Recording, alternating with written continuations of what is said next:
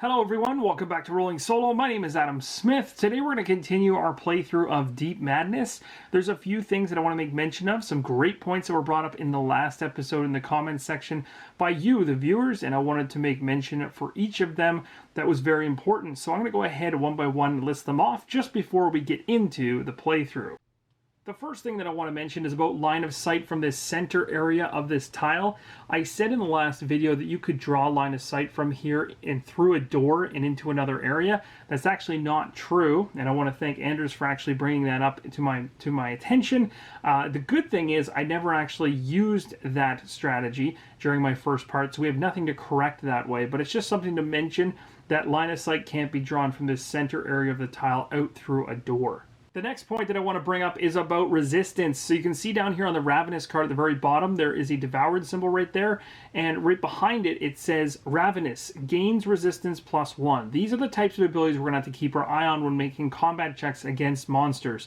We've only seen up close and personal the Ravenous so far. We do still have a Putrid on the board and things like that, and we also have a Twisted. They haven't got close enough, but we're going to have to start paying attention to those abilities because when we try to attack them, if they happen to be in a red or devoured room, they're going to gain that ability. In this case, they would have gained resistance 1, which would have made them actually 1 tick stronger. The resistance would have gone up, and so it wouldn't have been as easy to kill them in the last video. So going forward, I won't be forgetting that. That was just a silly miss on my part, but I wanted to make mention of it because it really does matter.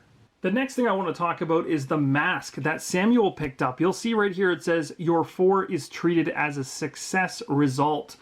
So there's a little interesting thing going on here in the rulebook that you'll notice, but it's not exactly the easiest to pull these two things apart, but there's essentially a success roll as well as a success result. I know that sounds confusing, but basically this particular 4 that I could potentially roll by having this mask doesn't actually affect the accuracy of my weapons. So in other words, I don't get a higher accuracy on weapons for having this mask on. So when I rolled with Samuel using my SMG, my accuracy doesn't drop down to 4. It simply meant that when I go ahead and roll for something else, which would be things like drowning or resistance rolls or things like that, then 4s are treated as a success result. It doesn't actually reduce the accuracy of my weapons. So that's very important. It's actually very confusing as well, but I thought I would mention it because it does definitely have an impact on us going forward. So that was one mistake I made in the prior video that we will go forward correcting. Also with this mask, we don't get to keep it forever because at the very bottom of this card, you'll see it says roll a die. And at the end of the round, if you roll a non-success result, discard this card. So technically, as of right now, this card is basically allowing me to treat 4s as a success result. So technically when I roll, 4s, 5s, and 6s are valid for this particular roll because this is not affecting the accuracy of a weapon. So I'm going to take this die here and I'm going to roll away. I get to keep this particular card, so that's good. If I had rolled a non-success result, I would have discarded it. So Samuel's going to get to hold on to that a little longer. It's at this point, being at the end of the round, that we're going to now place a new code token, which is here. So this code token will sit in the center. It's always going to be replaced at the end of every round unless there's a code token still sitting there. So they're not just going to continue to stack up every round if we don't take them. But if our heroes or investigators can grab one and put them on their person, another one will regenerate. So it's to our advantage to try to pick these up every single round, have somebody there ready to do so. So we already have Samuel running away with one. We need another investigator to pick up the next one, and then we need another investigator there to pick up the next one in the following round, and so forth and so on if we don't want to delay things in our movement of getting to all the different energy token stacks. Now, the top of the stacks for each energy token is 3, so we can grab the first 3 off the top of each of those. We automatically have 9 of the 12 energy that we need to get the shuttle moving, which is a ton. So that's kind of what I'm gunning for to start, but again, monsters are going to obviously get in our path and stop some of that stuff from happening. So let's find out what happens by beginning into the Devourer phase. The very first step of the Devourer phase is to move the marker to the next space on the Devoured track. So you can see we've moved it here. Just note there's a 2 up there, so that's going to come in handy when we start doing our spawning. So it is time to find out what room is going to be devoured on this turn. It is room 29. So room 29 is going to be devoured. So I'm going to go find that. We're going to flip that tile over.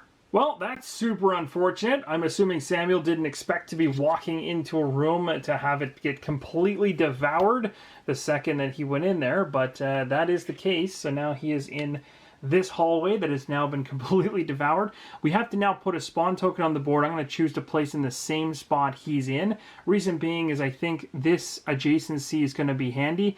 I think it could also be a nightmare depending on what comes out, but I'd rather have it here and then be able to control things from the main room than have it a little bit around the corner and stuff like that. I think this is a better spot, but I mean, you could go either way with a strategy there. Again, remember, from green marker, interest marker to the other green interest marker, you can't shoot through.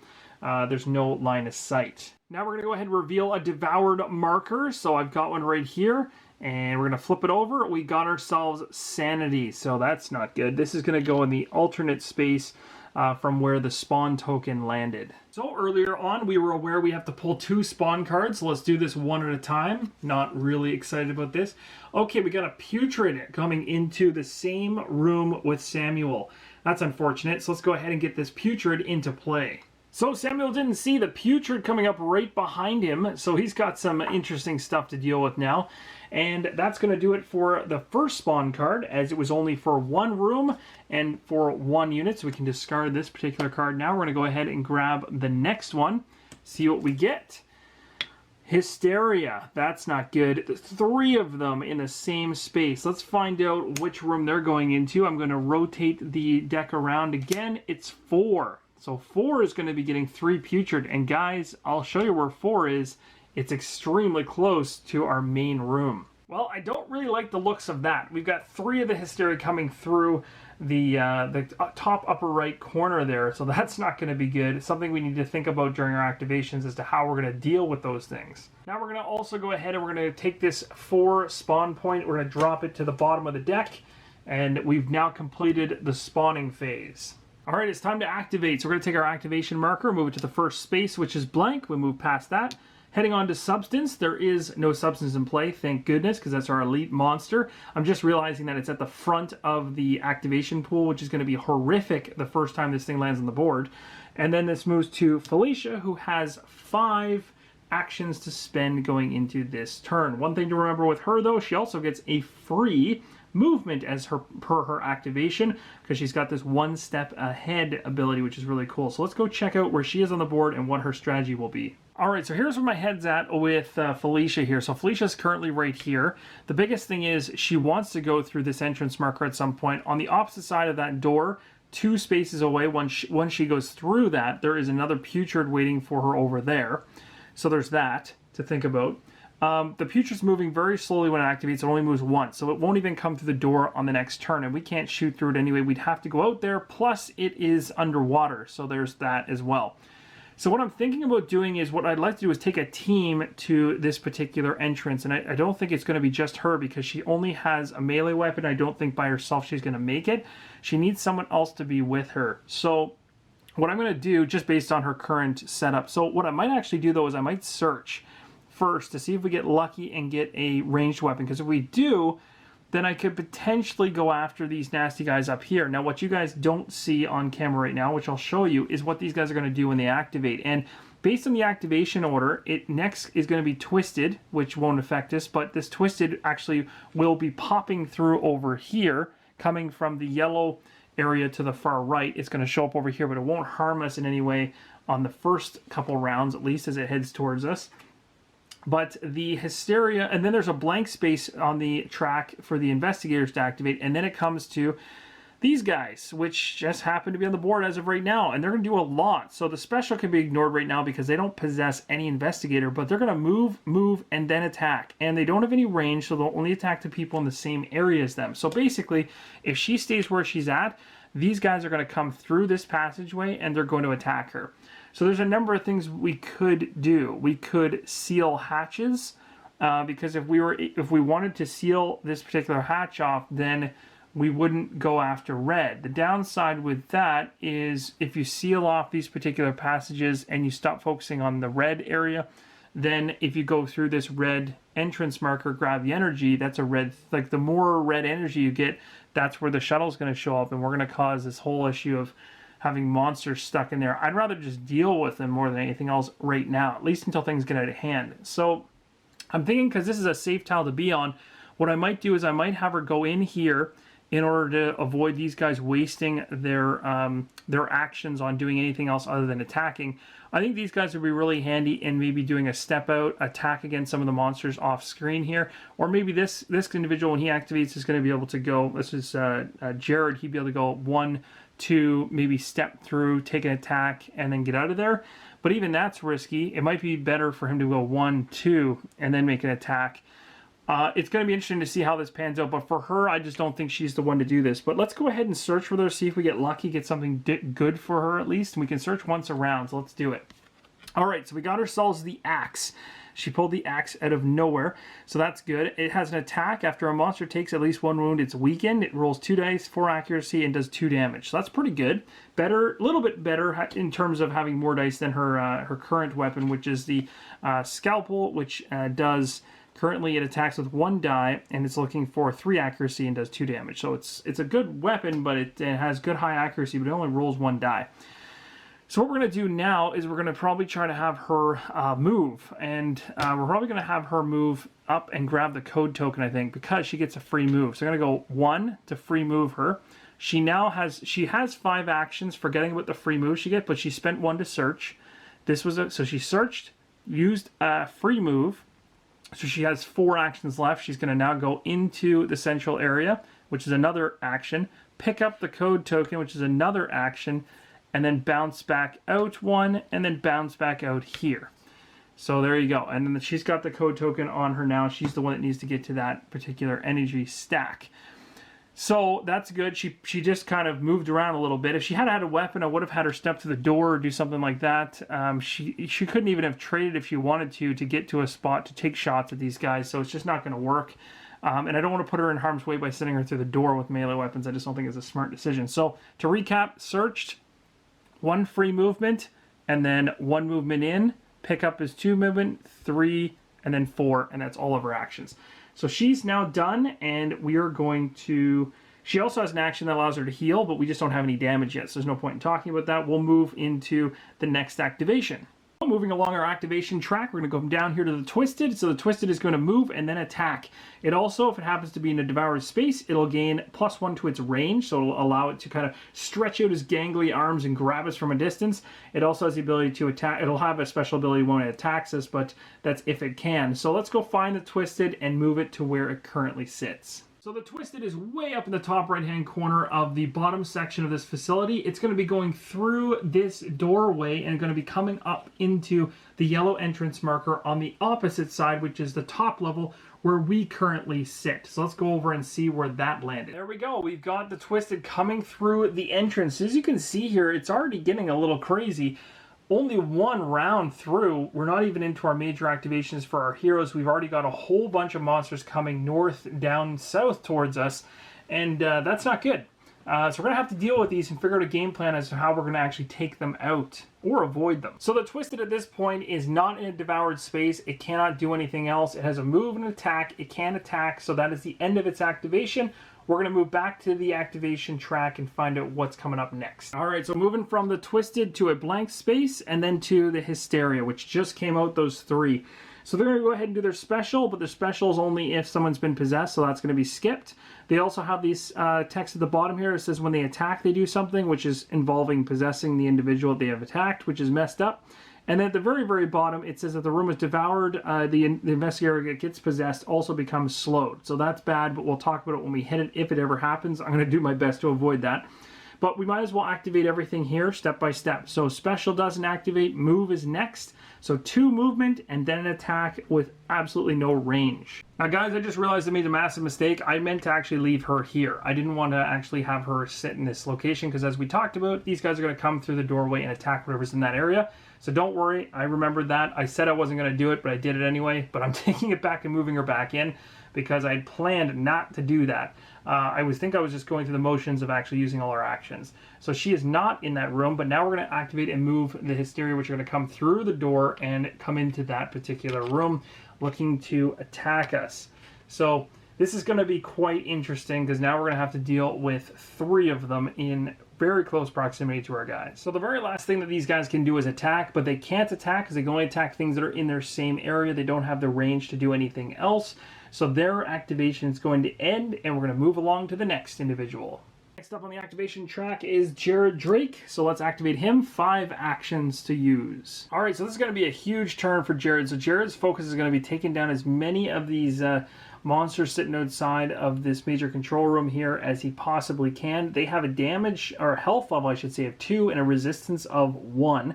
They're not in a devoured room, so they're not going to get any kind of bonus off of anything for these particular guys. So what we're going to do is we're going to have Jared, who's in blue, we're going to activate him in order to get into line of sight. I'm going to have to move at least 1 space, and then at that point I can go ahead and I can shoot through the doorway. So if I do that, I could shoot through the doorway using the rivet gun. Again, I can only target 1 individual when I do so. So that basically would allow me to go move 1 here, and I can end up making 4 shots total, hoping to get enough damage to take them down. I'm rolling 5 dice, looking for 4s or higher, and I get 1 damage on each one. And these guys have a resistance of 1.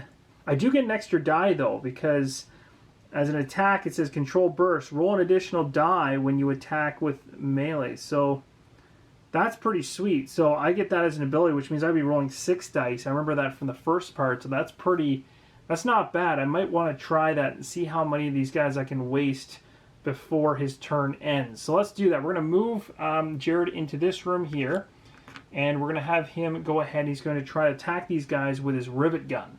So, second action is going to be an attack. We're using the rivet gun, and if the monster takes at least 1 wound, they're also slowed, according to the card, so that's good. But we're going to just try to blow them away is the main focus here. So we're getting 5 dice for this, plus 1 because we have the controlled burst ability.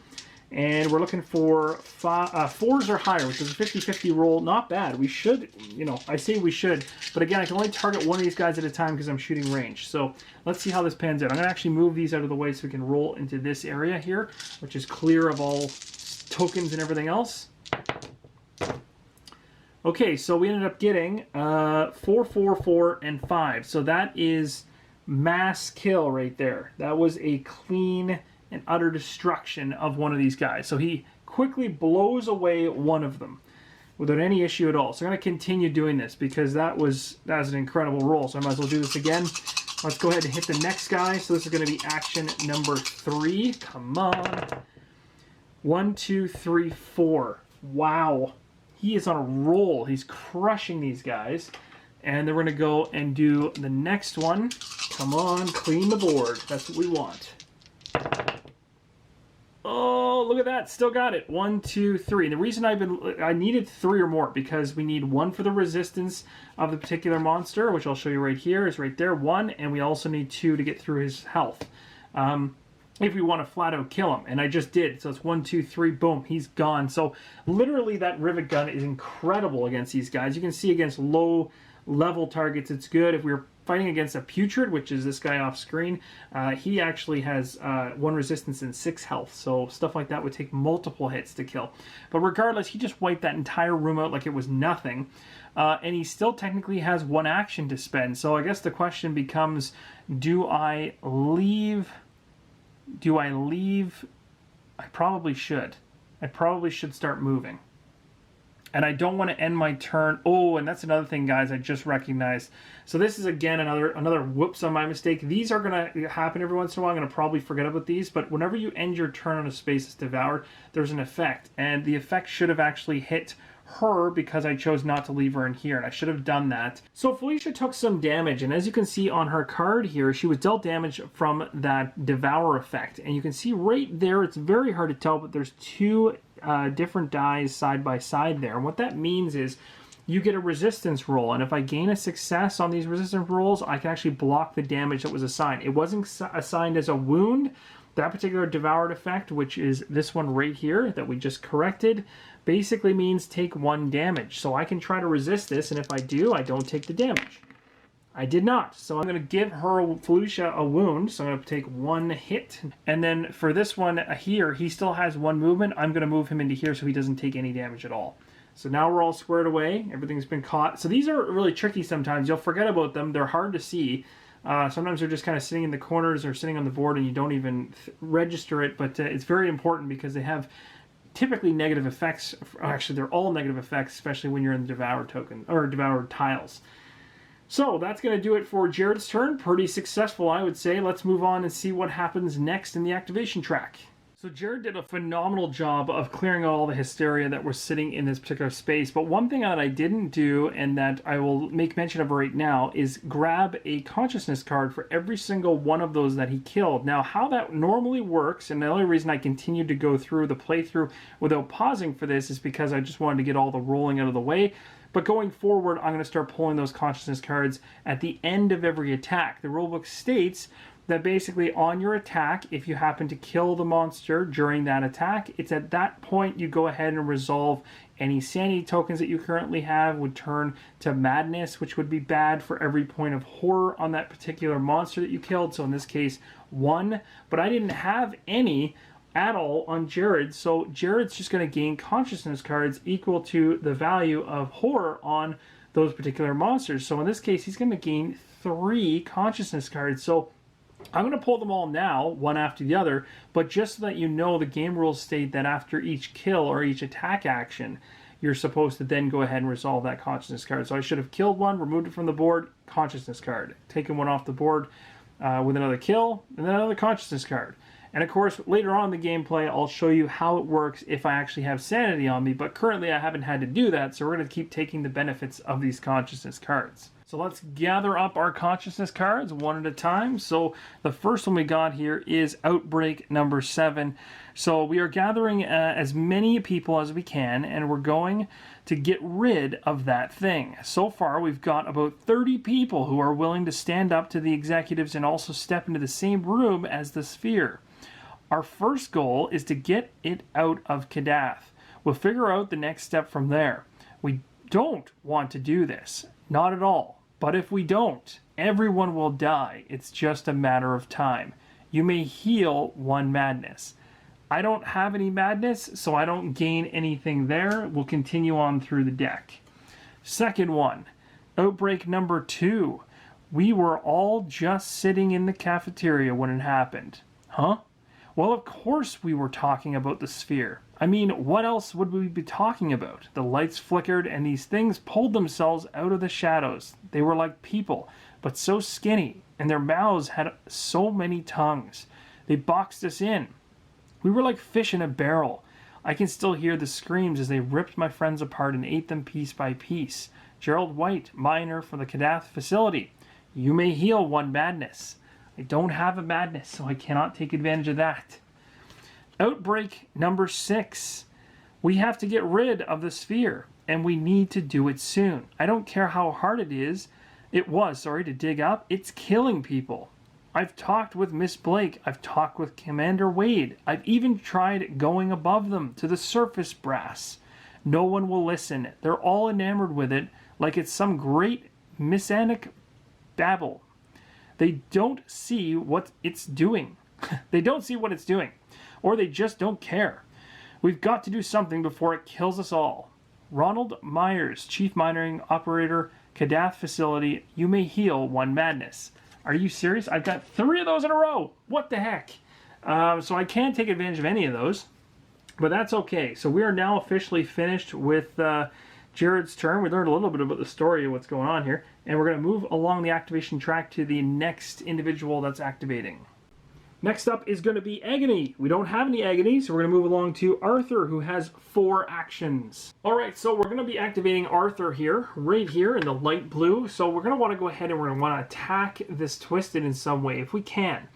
So currently the Twisted is not a Devoured tile, so it gets no additional bonus effects. When it normally activates, which it activates near close to the beginning of the round, we already have activated it, it moves and attacks. So the furthest I can get is here, and the worst case scenario is this tile gets devoured next turn, which could happen, and then his reach would grab into this area, which would be bad.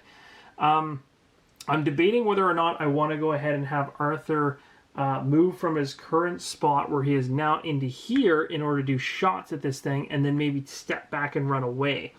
The reason being is that if he does that, then he might be able to put some damage on that particular creature if he gets lucky. So I think I might do it. So he's got 4 actions to spend. The first thing I'm going to do, though, is I'm going to actually take a look here. Now, he does have a rivet gun. You guys may not remember this, but he does have a rivet gun. So it's going to be a 5 dice roll, looking for 4 for accuracy, 1 damage a hit. Remember, this silly twisted thing has a resistance of 2, which is really high. Arthur right here has this really cool ability here. It says he can do something really cool with searching, but we're not doing that right now. Fighting dirty, though, he can attack, and before he rolls dice, you can exhaust 1 sanity, and he does have the ability to exhaust up to 4 to gain any of these things. So he could gain things like an extra damage. Ooh, that's kind of nice. Or he could go, reduce his accuracy so it's easier to hit, or gain a die, all that kind of stuff. So you got to try to figure out what you want to do. Now, you can only gain the extra damage on melee, so he has to stick with either accuracy or an extra die when he's shooting with a particular ranged weapon, or he could even gain range itself. But he doesn't need that, or does he? He would be shooting with the rivet gun, and the rivet gun actually has actually, the rivet gun's fine. The rivet gun's got a 3, so he can easily make it with range, so he doesn't need to use it for range. But I am going to spend 1 movement to get him here. He's then going to go ahead and spend a sanity, and this sanity is going to allow him to potentially reduce the... I think I'm going to probably reduce the accuracy, I think, is what I want to do. So that 3s, 4s, 5s, and 6s hit. I think that's a better idea. He's going to be rolling 5 dice, which is not bad. And then I have to take a quick look at this here, because I think that's a resistance negative, if I'm not mistaken. If he ends his turn in there, then it says you gain resistance -1 while you're in the space. So it's not really a big deal right now, but if he ever needed to do resistance for damage, he'd lose 1 of his dice of the 2 that he can normally roll. So that's not going to affect his attack, though. So we're going to go ahead and we're going to roll 5 dice and see what his first attack does. So 1 movement into here, 2nd movement to target. He's now in line of sight. He can draw a straight line through. He's got 5 dice. We've reduced the accuracy by spending a sanity, so now he can hit on 3, 4, 5, and 6. We're hoping that pans out. Okay, that was not a good roll at all. So basically, he got 3 1s and 2 6s. That was terrible. So technically, I still have 2 actions left. I think I'm going to go for another one with this attempt. So I'm going to go ahead and do the exact same thing. He's going to take another sanity hit, and he's going to try to hope that he does a much better job at rolling. He has an ability to take up to 4 sanity, but I don't want to go, too crazy, because if we eventually do kill this twisted, he could end up with a madness, and you get a madness if your sanity flips over. We've already talked about that, and I'll show you kind of how it works if it does happen. But we're going to go ahead and roll for a 2nd attack with the rivet gun. Please be better this time. Okay, a little better. So we actually got through and finally wounded him. That's good for a number of reasons. So 2 resistance is what he has. 1 damage actually gets through. So this is where I'm going to probably... well, I'm happy to put the 1 damage on him, so I'll put 1 over here. The cool thing is, as soon as he actually gets wounded by this rivet gun, there is another effect that happens down below, and it says he's slowed. So you take a token that looks like this. It's called a slowed token, and you're going to place this next to the monster. The next time it activates or moves, you're going to discard the token instead. So really, this monster will not move on its activation next turn. So I've actually glued it to its position, which is good, because I can keep taking pot shots at it, so that was worthwhile. Now what I'm going to do is, instead of leaving this area, because I'm not worried about being attacked and having to do a resistance roll, I'm going to attack 1 more time as a regular attack. Like nothing special, just a generic attack, and hope that I get a high enough roll on it just to do damage. Or what I could do is I could search again, because he has 3 cards. I could search and see if I get a better weapon. That's also debatable too. I'm going to search. Let's search, see what we get.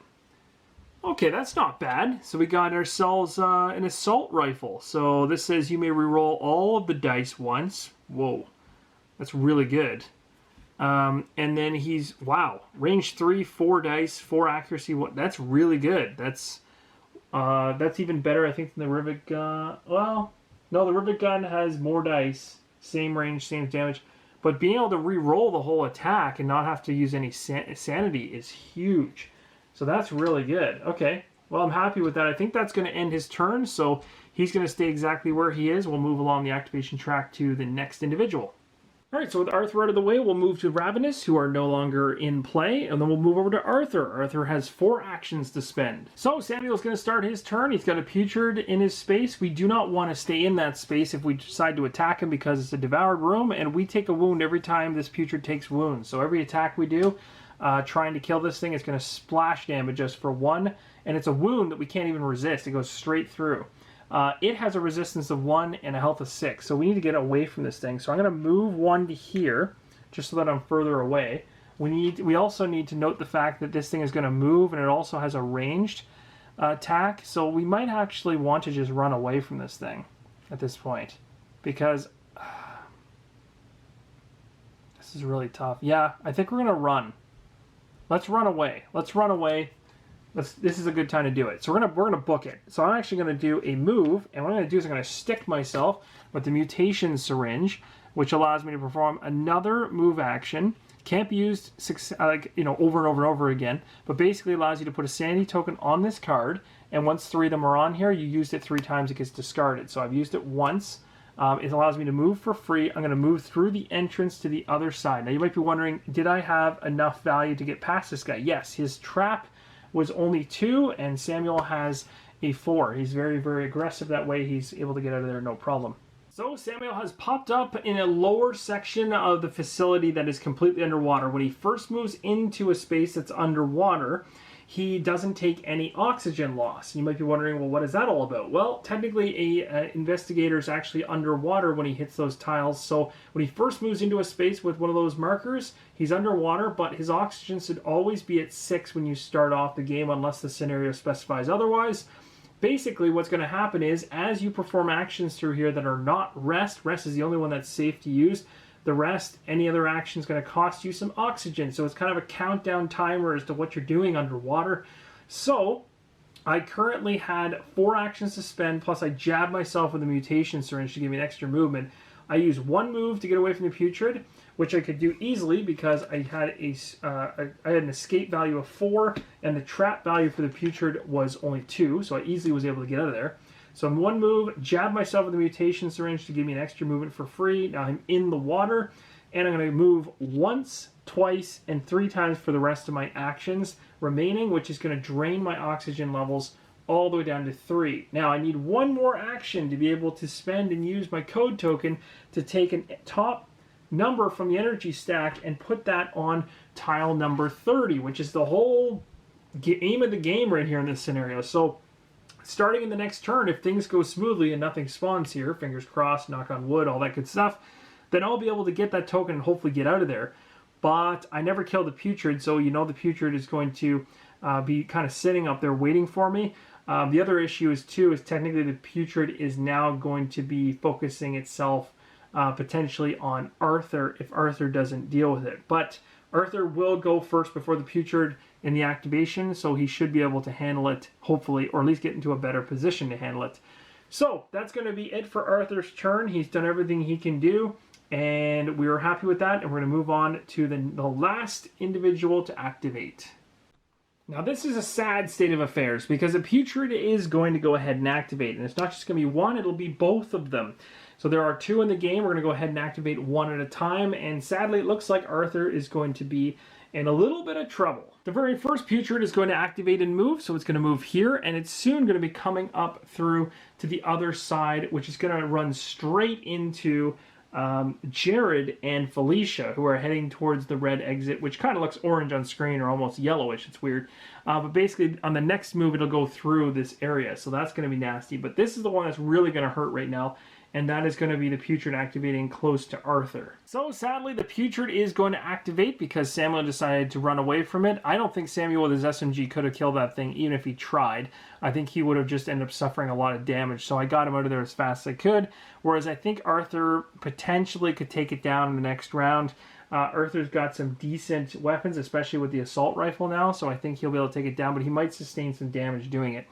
But this Putrid is going to move 1 towards the closest investigator, so now it's heading into the main room here, and it's doing so based on its AI, so I'll move and attack. So we're going to talk about all the different steps with the Putrid right now. Alright, so on an attack, we basically look at the Putrid's card. It's going to attack the closest investigator. So the closest one is going to be Arthur, because Arthur is literally 1 step away, whereas Felicia is technically 2 steps away. So it's going to be going after Arthur.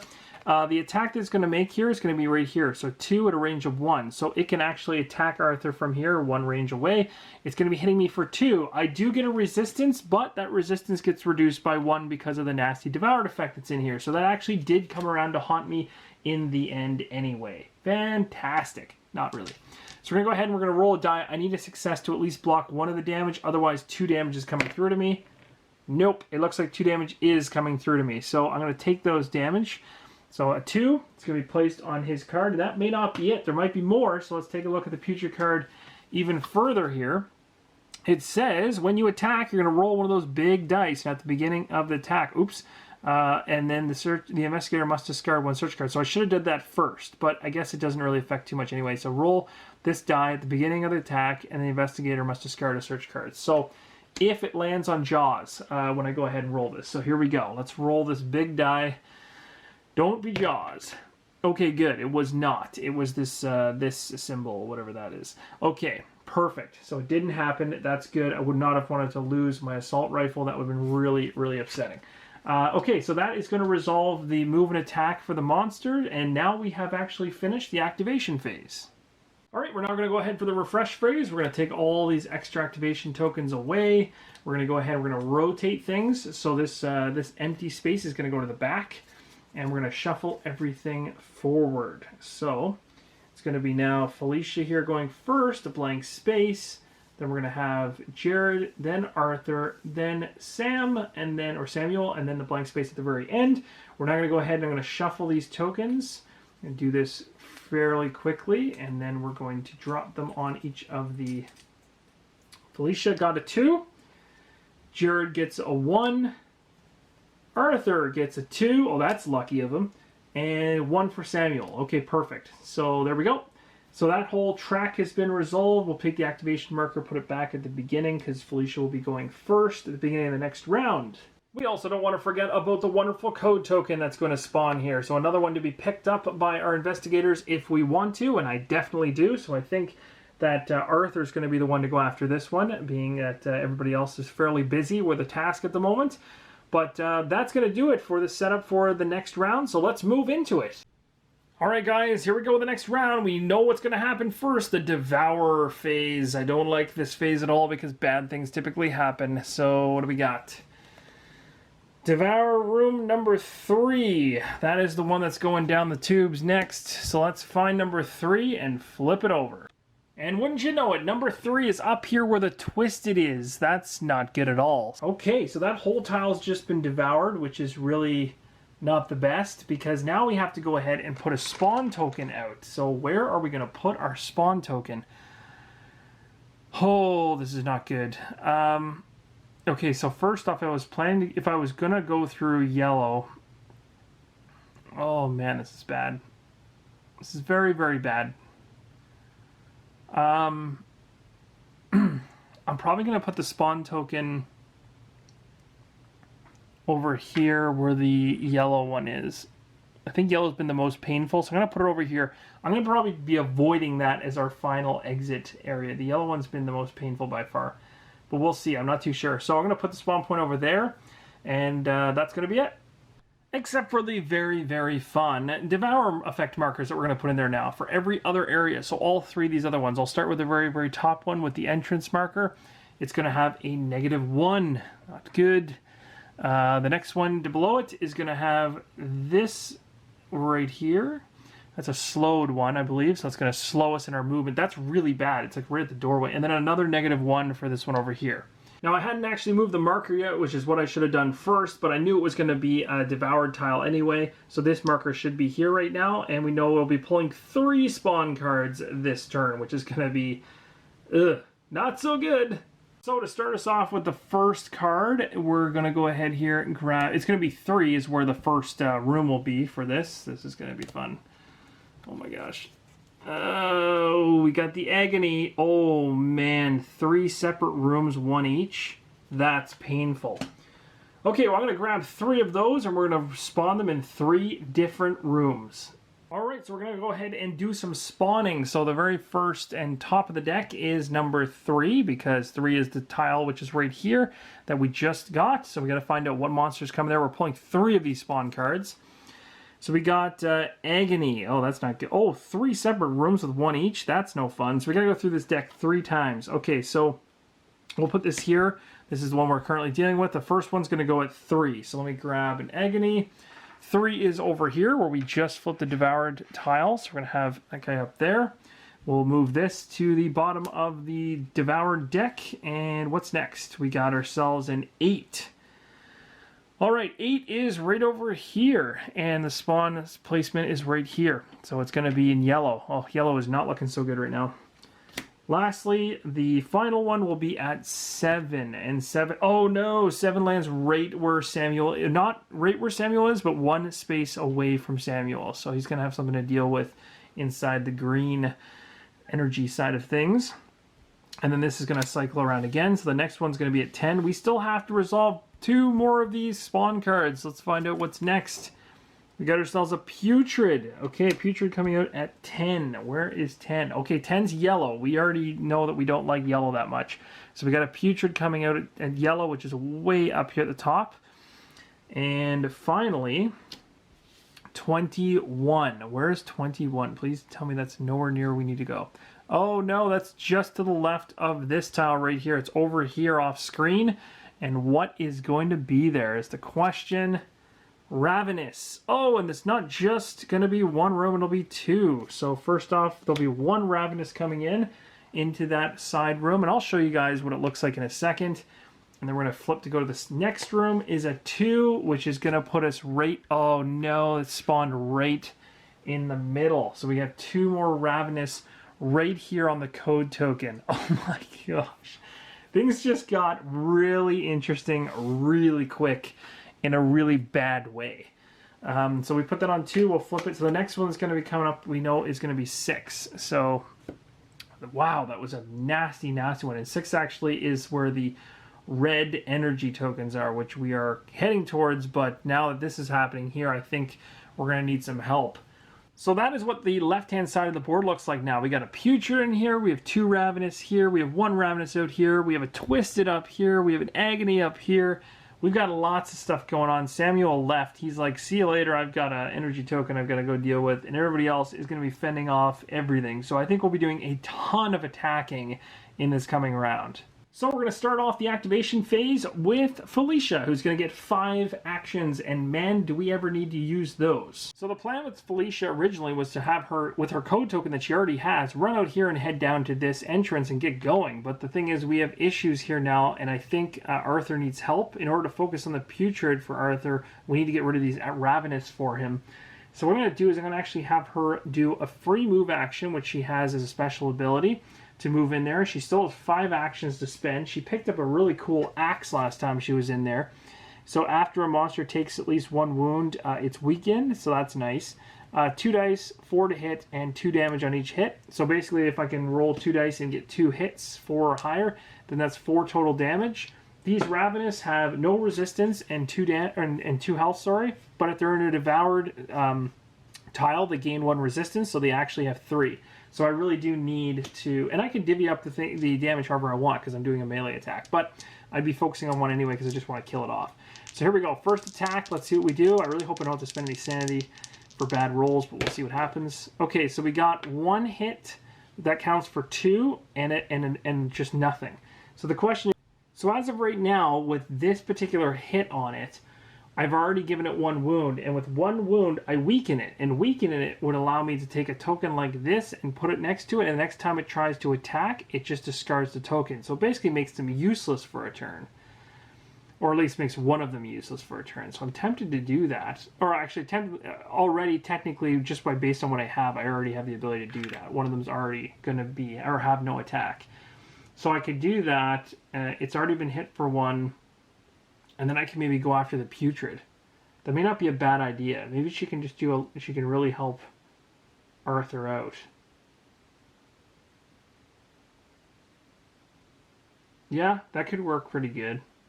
Let's have her try. Okay, so she did 1 attack on this guy. He takes 1 damage. I'm not going to bother re-rolling. It's going to actually stop him from attacking on his activation anyway. So he's got 1 damage on him, which I just plopped into the back of his base. He's also not going to be attacking on his turn. Now she's going to turn and target this guy and do the exact same thing for her second action, hopefully doing the same thing. She got a 4 and a 6. I think that's a kill. That's 4 damage. So boom. Gone. Nice. Well done. And she didn't take any sanity at all, so she's going to gain a consciousness card right away. So this one says Outbreak. Let's see if I can get this to focus for you guys. It says, we had been ordered to guard the doors outside the bay containing the sphere. We heard noises inside that made our skin crawl and our stomachs churn. But our job was our job, so we kept our mouths shut. Then we started seeing things. I got tenser as paranoia set in. We began snapping at each other, and I saw him go for his weapon. I swear he did. So I drew first, and I blew his brains out. I killed him. I killed Strickland. Private Park Security, Kadath Facility, you may heal 1 madness. So I don't have any madness, but that's that. Okay, so with that being said, I could also interact and pick up the Codex token, but she can't actually, because she's already got one, so I can't do that. I could also, okay, so I moved for free, attacked twice. I still have 3 actions. I could move into this putrid area and try to take a swing at it to stop it from attacking. That actually might not be a bad idea. Might not be a bad idea. I'm going to do it, I think. So I'm going to have her go... Yeah, she's going to move 1 into the space with the putrid. Now, if she ends her turn here, she's going to take a sanity damage. So that's something I'm going to try to avoid. So she was here, move for free, attack twice, move. So she spent 3. She has 2 more. So I'm going to do 1 attack on this thing, and then I'm going to get the heck away from it. So let's see what happens with this 1 attack. Come on. Maybe I can stop it from being able to attack. Using the axe to weaken it. Come on. Yes! A 5 and a 4. That's good. Okay, so the resistance on this thing is only a 1. That was a really risky roll, by the way. So I do get 1 wound through. And with the 1 wound that I do get through, I do actually weaken it as well, which means it won't attack on its next turn, which is really good for everyone involved. So we've weakened this one as well. And I'm going to use my last action to head back from the way I came. So basically all I was doing was trying to be a team player, come back, take some, do some hits against these guys in order to stop them from attacking Arthur. So Arthur has a chance to basically pick and choose how he's going to go about all the monsters around him, because he's got a lot to deal with. I'm hoping to get Samuel back through this corridor over here very soon. But either way, this is going to be a little bit of a nightmare. And I might have to have Jared come back through and take a shot or 2. We'll see. But that's going to be it for her turn. She lands in a safe zone, so she's not going to take any kind of devoured effect damages and things like that. So her turn is done. Next, we're going to move the activation marker to substance, not in the game. Blank space, nothing. Twisted is next. So the Twisted moves and attacks, but it has one of these slowed markers on it, so it won't be moving anywhere. Awesome. It will attack, and if it's in a devoured room, its range will increase by 1. So it only has 0 normally for range, so it basically could have attacked anything in this square, but it can't pull into... It can't actually go after Arthur. He's far enough away. So nothing happens with the Twisted, which is awesome. Looks like the next one to activate is going to be Jared, and he's got 4 actions to spend. Okay, so Jared is currently sitting right here. We know a Putrid's coming through this on the next activation that it makes. At the very end of the round, the Putrid's going to show up here. So that's okay. Actually, it's not okay, because the Putrid will move to here, and then it will attack Jared. So if Jared is in this zone, he's going to get attacked. And I don't think I want to have Jared go through the door and deal with it. I'd rather have him come back here and help. So it might be worth my while to bring him into here. Now, what I could do with him is I could move twice. Jared currently doesn't have any code token on him at all. So I could have Jared go in and pick up a code token as well, which might make a lot of sense right now. Plus he could go in there and do some damage. So I'm going to have Jared go 1 and then 2. He's going to be in there. He's for his third. He's going to, actually before he goes and picks that up, he's going to maybe take a shot at the Putrid, I think. We need to make as many shots on that thing as possible. So I've done 2 actions. Jared has 4. I could do 1 shot at that one, or I could just take out the Ravenous, which wouldn't be a bad idea.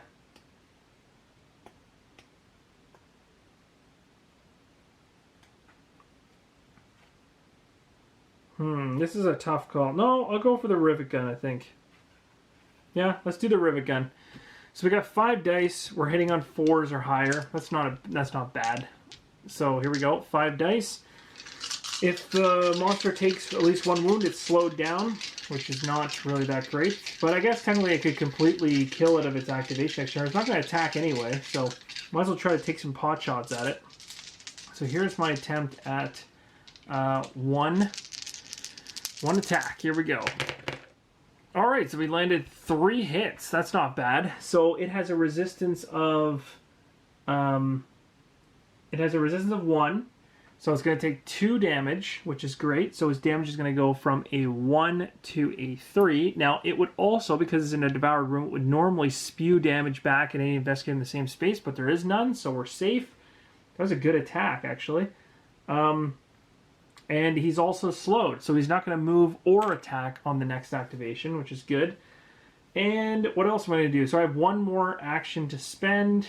Might as well just pick up the Codex token. I don't see any reason not to. Or I keep calling Codex token, but it's a code token. So he's going to take a code token so that him and maybe Felicia can head out and get like a combination of a 3 and a 2 together or something when they head out. So that's not bad. I'm okay with that. So that's all 4 of Jared's actions. Moving right along on the activation track, down from Jared, Hysteria, there are none. We're moving up to Arthur, who goes next and has 5 actions. Things have gotten really interesting here with Arthur. Arthur, what are you going to do here? So Arthur's in an interesting spot. So first off, I can make shots right now at the Twisted. So that's kind of the major thing that I'd be going after is the Twisted right now, I guess. The Twisted, I don't want it to get any closer to me. So I'd have to take a shot at the Twisted first. And I probably should use my... I should probably use my Rivet Gun first. Ooh, it's so risky using the Rivet Gun. Well, let's try to take a... Let's try to take an attack with the Rivet Gun to see if I can slow it. And then from then on, I'll use the Assault Rifle, I think. Yeah, let's go with that. So Rivet Gun first. So it's going to be 5 dice. And his ability is, let's see, he's just searching. I can also take Sanity, of course, if I wanted to go ahead and do that, but I don't really want to do that with him. So we're just going to go ahead and roll. I'm trying to slow the Twisted down. I want to have time to kill that thing. I don't want it to move. So here we go. Hopefully I get 4, 5, or 6 on these. Oh, I did it. I got it. I got just enough. So 2 resistance, but 1 to get through. So I do end up wounding it for another 1, which is awesome. It has a resistance of 2. Yeah. So I go up from 1 damage on it to 2, which is fantastic. Plus it is slowed, so it will stay in place again for another whole round, which is awesome, keeping it far away from me where it can't mess with me. So that's good. That's all I really want to do with it. I'm not going to touch it anymore. It's at 2. I'll just keep hitting away at it later. I'm going to turn now and take my focus onto this Putrid, who I'm going to hit with my Assault Rifle. So that's this one right here. So I'm going to be rolling 4 dice and 4 or higher for hits. But it says, attack, you may reroll all the dice if you don't like your roll, basically. It says you may reroll all of the dice once. So that's pretty awesome. So I'm going to get 4 dice, and if I don't like what I get to reroll the whole thing. So he's already done 1 attack, and I've got 4 more actions or 4 more attacks potentially to make. So I got that's 2 successes. So that's 2 damage. He's got a resistance of 1, so 1 would come through. Do I want to keep that or re-roll it is the question.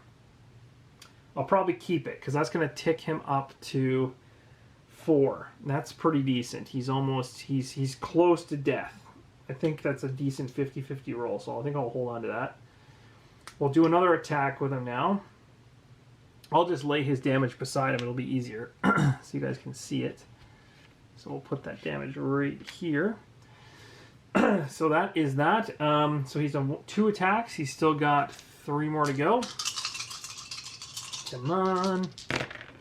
That was a really bad attack. Okay, so there's where a reroll is going to come into play. I'm going to reroll this. Much better. So that actually is enough to kill him right there. He's got a resistance of 1, and there's 2 more damage on top of it, so boom, he is gone. So this is where things get a little bit ugly for our friend, because our friend here has 2 sanity on him, and this putrid has a listing here of 2, which means that these 2 sanity turn to madness. So these are going to flip over for the first time ever into madness tokens, which are bad. If we get 3 of them, and I already have 2, he's going to gain a madness card, and these get discarded, so that's not good. But we did get rid of it, so that's plus. So I still have 2 more actions remaining. I could potentially jump out here and take a shot at the Twisted, because my reroll thing is so powerful. I might want to do that, actually, to help him out. So let's go, or I could just leave. It's kind of the fun part.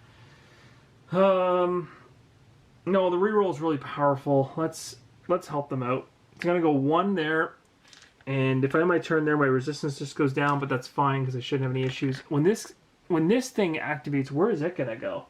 It moves and attacks. Okay. I don't have to worry, but it won't be close to me yet. Alright, so here we go. This is the last thing I can do. My last action here. I can reroll if it's bad. Yes, I will. I got, oh yeah, this is gone too. Sorry, that token's out of here. So that was just bad all the way around. So we're going to take a reroll on that. We got 1 through. No, nothing through. Twisted is resistance of 2. So yeah, nothing on that. Rats. I could take sanity damage to try to deal with that, but I'm not going to. Next up to activate is going to be the Agony. So we have a couple Agony on the board here. So the first one is way up here. So this Agony is going to simply just move 1. It's heading towards the yellow entrance. This Agony right here is right next to Samuel, which is really unfortunate. So this Agony is going to move into his space, and it's going to attack him. And when it attacks, it's going to go ahead, if it's in a devoured room, which it is, it's going to roll one of the gigantic dice, which is unfortunate, and at the end of the attack. Okay, so first off, I'll roll that after the attack. So the first attack is going to be a 2 damage attack against Samuel. So Samuel's going to roll 2 resistance dice to hopefully block these 2 damage. And he does not, so he takes 2 damage, which is not good. Samuel is a tank, though. He can take quite a bit, so it's not the end of the world. He can take 10 total, which is pretty good. Now we're going to roll this giant die, and I just want you guys to actually see it here. So this is the ability on the card. It says attack, roll the die at the end of the attack, and if it's one of those kind of cloche type thing, the investigator must either choose one, take a wound, or be paralyzed. Oh, geez. Okay, it was kind of cocked on that spawn thing. I'll re-roll it. Oh my gosh, that was terrible. So it didn't actually land on it the first time, but I'm gonna take it. So it's a wound. I don't like it when it dies kind of sitting sideways. You kind of have to re-roll that. So I'm gonna take the wound. I don't want to be paralyzed. I can't be paralyzed underwater. That's that's not gonna work out well for me. So that's it. That's it for those 2 Agony on this side of the board. Let's talk about the one on the other side of the board. The Agony way over here is just going to simply move 1 and do nothing else. It can't and isn't in range of anybody else, so that is the end of its activation. Next up in the activation list is Samuel Smith with 4 actions to spend, our last investigator. Alright, so Samuel Smith is inside this room with one of these little guys, and he definitely doesn't want to deal with it, but he's going to spend an action, one of his 4, in order to take the energy token off the top of the stack. He's trading in his code token in order to do that, which is fantastic. So we have our first 3 energy token placed on the shuttle tile, which is off screen. We need to get up to 12. That took 1 action, which means we're going to deplete one of his oxygen levels down to 2. Next, we are going to get the heck out of there. So we're going to go 1, 2, and 3. We don't actually get all the way out. So we're here, which means we're going to drop this down 3. So 1, 2, and we're choking and dying a little bit here.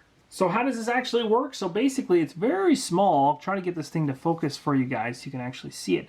But there's a number 1 there and there's a die there. So it's saying essentially we're at -1 oxygen. So we're obviously lost all of our oxygen and now we're just grasping at anything we can do to hold on to that last breath in our lungs. And we have to roll 1 die in order to see whether or not we take any wounds. And of course I do have that mask, and the mask at this point will allow my 4s to be treated as successes. So this is where it comes into play. If I get a 4, 5, or 6, I'm okay. I actually rolled a 2. So that's bad. That's another damage for Samuel at the end of his activation. Next up to activate is the Ravenous. So we're going to go ahead and move the activation marker. Alright, so we have 2 of these Ravenous up here. So the first one, which is the one way over here, is going to go ahead and move, then attack. It doesn't have any range though. So it's going to come in here, and try to attack, but nobody's in range, so it does nothing else. This guy right here is going to move, and attack, but it's already in a zone with an investigator, so it's not going to move anywhere. It's just not going to attack. We're going to take away its attack token there, and that was thankfully because we used the weakened attack, the axe that Felicia used, stopped it from being able to attack, and that's it for the Ravenous. Last but certainly not least is going to be the Putrid. So we've got actually 2 Putrid left on the board that we'll go ahead and move right now. So this Putrid right here is going to actually be heading through the red marker and popping out on the other side of the board. Let's go over and take a look at where that's showing up. There he is. So that's where the Putrid has come through, and you can see just more and more action coming towards all the investigators. And then way up here on the lower level in the yellow entrance, we're going to have this Putrid moving from this zone towards the entrance of yellow, and it's going to be coming out following behind the Twisted. Remember where the Twisted is? That's where this Putrid is headed. That's going to do it, guys, for this round. So now we're going to go ahead with the refresh phase. We're going to take all these activation markers off of the characters. We're going to go ahead and rotate again. So we're going to move all these guys around. So Felicia is now going to go to the end of the line.